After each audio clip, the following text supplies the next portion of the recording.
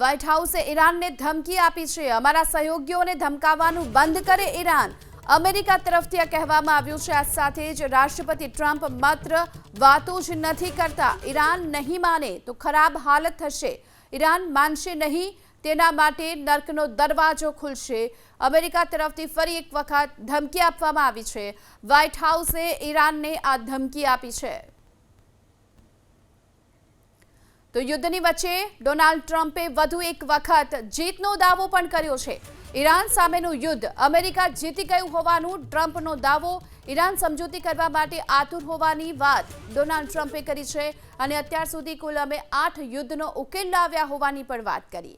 ઈરાનના નેતાઓ માર્યા જશે તેવો તેમને ડર હોવાની વાત ટ્રમ્પે કરી છે। વ્હાઇટ હાઉસે ઈરાનને ધમકી આપી છે। અમારા સહયોગીઓને ધમકાવવાનું બંધ કરે ઈરાન। અમેરિકા તરફથી આ કહેવામાં આવ્યું છે। આ સાથે જ રાષ્ટ્રપતિ ટ્રમ્પ માત્ર વાતો જ નથી કરતા, ઈરાન નહીં માને તો ખરાબ હાલત થશે। ઈરાન માનશે નહીં, તેના માટે નર્કનો દરવાજો ખુલશે। અમેરિકા તરફથી ફરી એક વખત ધમકી આપવામાં આવી છે। વ્હાઇટ હાઉસે ઈરાનને આ ધમકી આપી છે।